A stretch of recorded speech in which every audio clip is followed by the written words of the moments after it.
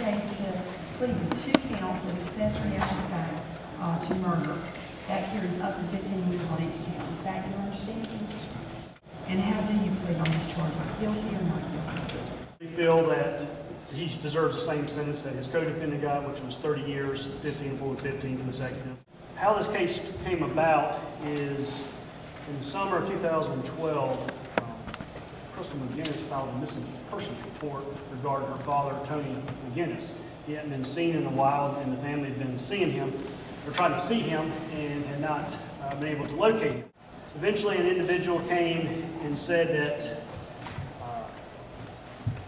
John Michael Young, who pled last term of court, and Mr. Fisher had some involvement in this matter. Law enforcement at that point started looking for Mr. Fisher. They also started sending dive teams out to Hartwell. They had learned that potentially the individual, at this time was Mr. McGinnis, had been placed in a barrel and thrown into Lake Hartwell. The dive team went out to Lake Hartwell and they discovered one barrel that had washed up on shore, but when they took it back to conduct an autopsy, they found it was actually another person who they did not know was missing, which was Andrea Kellie Mitchell. She died of blunt force trauma. They went back to the bridge and sent another dive team down, and they found a second barrel. At this point, when they conducted autopsy, it was Tony McGinnis. We can't prove that he was actually the one that killed these 2 individuals. We do feel he was more involved than was led on, but we can't actually just prove it. John Michael Young did admit to an individual, his co-defendant, that he did kill him. He assisted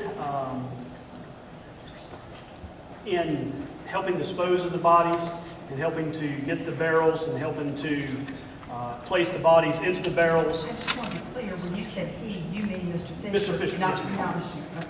And Mr. Young pled last term of court before this one. His case, he was the one that was actually charged with murder. It was reduced down to the same charges we have here. He received a 30-year sentence, 2 consecutive 15-year sentences. He acknowledged that he was there when Mr. McGinnis was killed, that John Michael Young hit him in the back of the head with a baseball bat. He acknowledged that he got rid of the baseball bat and that he helped go get the barrel, helped put the body into the barrel, and helped, he didn't dump the barrel in that one. Ms. Mitchell, and these were all kind of hung out in the same circle. She was released from the Anderson County Detention Center. He and his co-defendant went and picked her up the day she got out of jail. They took her back to the same place in which Mr. McGinnis was killed, and she also was hit with a baseball bat, and she died of blunt force trauma. Helped try to put the bodies, stuff the bodies into the barrel as they tried different ways of getting the person into the barrel. She was kind of small. They poured heated water upon her. And that's the gist of the facts. I would like to say what happened to Tony and Kellie. It's horrible, gross, and they're called for.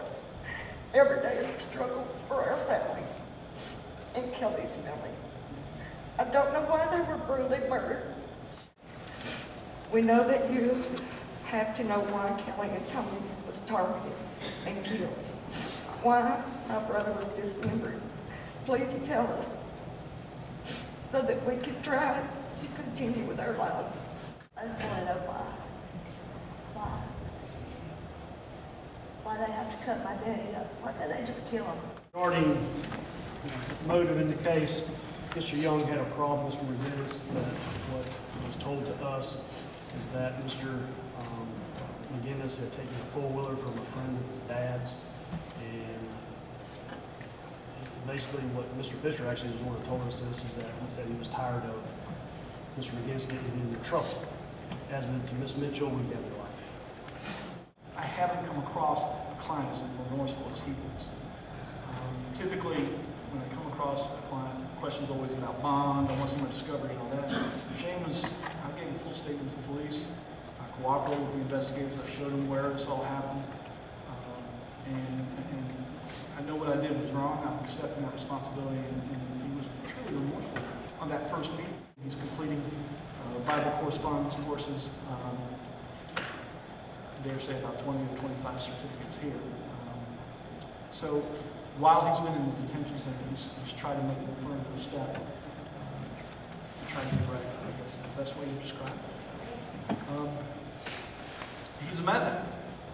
And this is what it's all about. I mean, this is what happened. Whether he can provide the family with reason, I don't think he can. Things happen. They get on the meth, they tweak out, things happen. And not necessarily for a reason. That may be the best that you can do. I know I can't bring back the old thing. I'm scared what he'd do to me if I did cooperate with him. Of the two, I think it's the general consensus that Mr. Fischer was not as culpable as Mr. Young. But Mr. Young didn't get what he deserved. And I think we all know he didn't get what he deserved. He deserved more. But because of problems with the case that were directly attributable to his position, he didn't get it. He didn't get what he deserved. As far as dealt as an accessory after the fact to murder, this is on the extremely egregious end. That's all there's to it.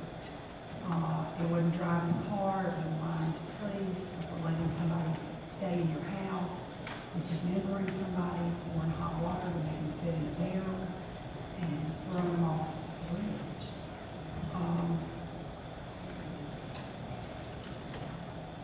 I believe you're truly remorseful now.